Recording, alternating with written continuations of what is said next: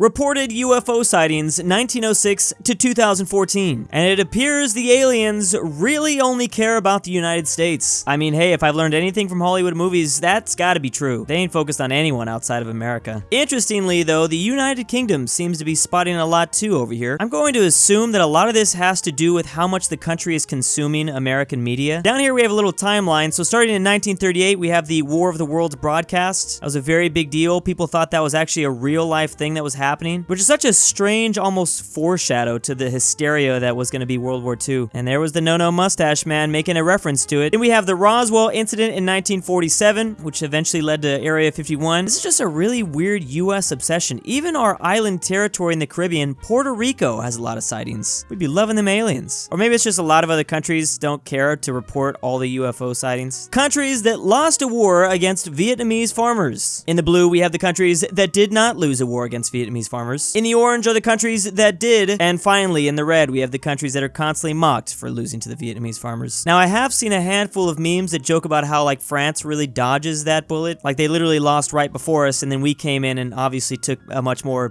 bigger L. And I've occasionally seen China mentioned, but I don't even know what the hell Australia was doing up there. And I don't think it's fair to mock the other Southeast Asian countries. I mean, if you go further enough back in history, they've all taken L's from one another. Some people are arguing that Japan should be orange too. I mean, I guess, I don't know, technically. But if we're gonna get all technical with it, then put Vietnam as losing to Vietnam. At least the southern half anyways. EU member states demanding EU-funded border walls and or border fences on external EU borders. How many times are we gonna say the EU in this sentence here? So in red, we have the states demanding walls, and they are almost entirely in Eastern Europe. Who would have thought? And then randomly Denmark. Denmark seems to be kind of an outlier here. Why do they care about walls? But what's even more interesting are the countries that do border non-EU members that are also down for no walls. Except for Finland. Okay, Finland, no one is up here anyways, it's too damn cold. The climate is basically a giant wall as is. But for Romania and Croatia, I wonder what keeps them from wanting to add walls. Maybe they're big fans of Ukraine. Croatia probably really likes Bosnia, is that it? I wonder how much history plays into some of these countries' feelings, to be honest. They've had a bad experience with one of these big old places in the past. I wonder who that could be. Pretty easy to not want walls when you're like this far away though, huh? Poor Albania getting grouped up with all the former Yugoslavian states. I'm actually gonna take a guess and say that a lot of these red countries don't worry too much about this area as much as they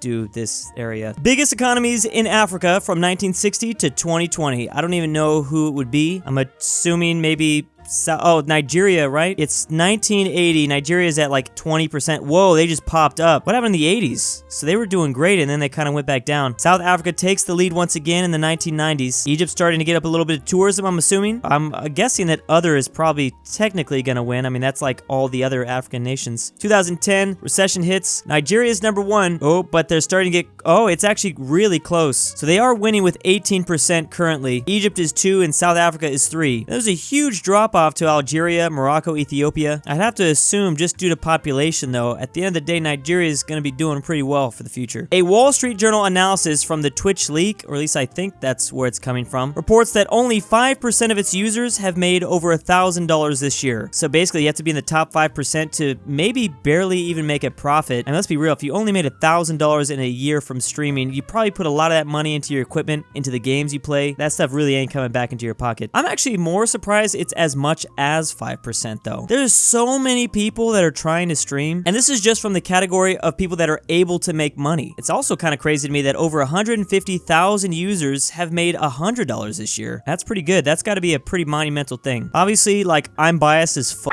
but don't put all your eggs in one basket and just stream. I mean, you got to do more than just streaming. You definitely should at least be editing that stuff and putting it on YouTube. It like destroys my soul when I have to hear that someone's tried streaming for like 3 years and they've gone nowhere. The same for like podcasts. Like the barrier to entry is so low that everyone is going to be trying it. You got to really have something that's going to separate yourself from the rest of the pack. Europe is apparently greener now than it was over 100 years ago. It is now the year 2000, and as you can see, if we go straight on back, yep, it is definitely greener. So back in these days, a lot of the land was allocated to cropland, it appears, and then I'm sure like a lot of deforestation was happening. But the cropland has gone away, and the forests have slowly come back. Also, there's a lot more settlement popping up, which was basically gone. Look what's happened in Finland and Sweden.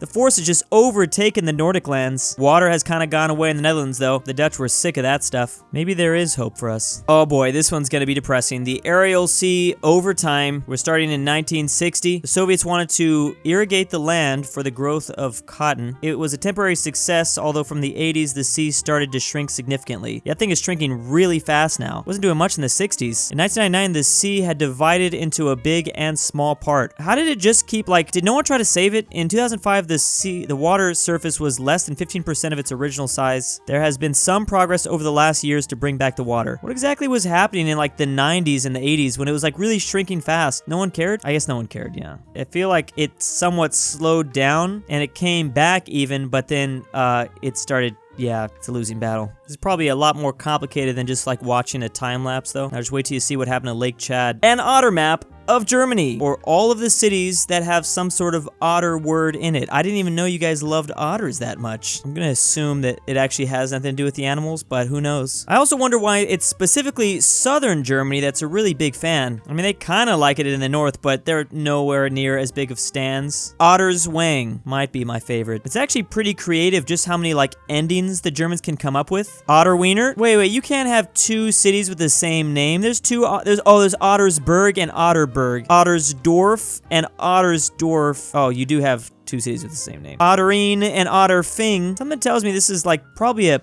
problem for like package shipping and handling. Like if you miss one letter, it's definitely gonna get sent to the wrong place. Otterfing. The coldest temperature ever recorded in every US state. I'm sorry, this is in freedom units. I love Hawaii at 12 degrees. That's the coldest it's ever gotten in Hawaii. Some of these numbers are insane. How did Montana and some of these northern states get to above -60? I also thought that North Dakota or Minnesota would be the absolute coldest. Florida's chilling at -2%. Where in California does it get to -45? It's gotta be like up here in the tip, maybe somewhere in the mountains. I don't think I've ever experienced anything lower than like 40. The world's fastest trains. Italy's in 8th place with this thing that can go 245 miles per hour. Then it's China, South Korea, China again, France, China, and Japan, who still has the lead, but just barely by 1 mile per hour. 374, that is crazy. They be loving their trains in every other place except for the US. We despise trains, or at least these bullet trains. We've been trying to get one of those things going for years, and we just can't figure it out. The fastest trains can travel the equivalent distance of New York to Montreal in under an hour. New York to Montreal. That would be a 6-hour drive or an hour and 20-minute plane flight. Okay, trains really are the most efficient for these probably like medium distances. Medium travel distances, maybe is what I should say. Let's think about like all the preparation and like the TSA you gotta go through. This is more like 2 hours of wasted time. Then you gotta get your buddy to drive you to the airport, and then they hate you because no one wants to do that. I think California's been trying to make a bullet train for the last 20 years. Didn't we just give up on that recently? The most common cosmetic plastic surgery procedures in the US. I wouldn't even know where to begin. We're starting from 2011 to 2020. There was one thing that was in the lead, and now it has dropped all the way to 5th place as of the last 2 or 3 years. And it's not because these other things became that much more popular. There's actually a decrease. The most popular now is nose reshaping. Then it's eyelid surgery. What is eyelid surgery for? Eyelid surgery. Oh, okay, I guess I see. Dang, maybe I should get this. Hold up. It weirdly seems like body stuff has gone down overall, and it is now just kind of like head and face things. Would have never known any of this. Who cares about their calves that much? An orbit map of the ISS, the International Space Station. Oh, okay, so I like the globe view, but all right. Wait, do they control this at all? I'm pretty sure they control this, right? That would make any sense if they couldn't control it. So it's just doing full-on rotations, just going over everything. I guess why not if you're up there? I guess it stays away from polar regions. I'm now just curious what they do up there besides like make videos of toothpaste in 0 gravity. Drive-through service speeds, total time in seconds from entry to exit for the top 10 drive-through chains. Now, Chick-fil-A is the longest, but I think that's what makes them the best. I want that quality. El Pollo Loco pretty slow too, though. Starbucks is kind of slow. I didn't think about that. And Taco Bell is the fastest. That's right. It is in and out. I don't care if those bean burritos were made 3 days ago. Just throw them in my car. I've only been to a KFC a few times. I didn't know they were that fast, though. Gotta step your game up, Burger King. You're letting McDonald's win again. I would love to know if this like differs depending depending on the region you're in. Like, this data's got to be coming from maybe like 1 or 2 states. I'd imagine Nebraska would run a little bit slower than New York. How do you say it? Either Germany, Alemania, or Deutschland. I've been seeing a lot of that middle word before in like country ball comics. I've never heard it otherwise. I guess this explains why I've heard Deutschland so much, because I'm from California. I guess there's literally people that say that. I thought the gray for a second is just like no names for Germany. Like, China doesn't even recognize Germany. That is the Deutschland. So wait, so in China they refer to them as, oh wait, the yellow is actually supposed to be Alemania. I've never heard that in my life. So that's like a Spanish-Portuguese thing. Obviously the French colonies, Spanish colonies. This country has way more names than I thought. Even the old Spanish colony of the Philippines still calls it Alemania. A lot of Eastern Europe calls it Nemic. Nemic? Is that what?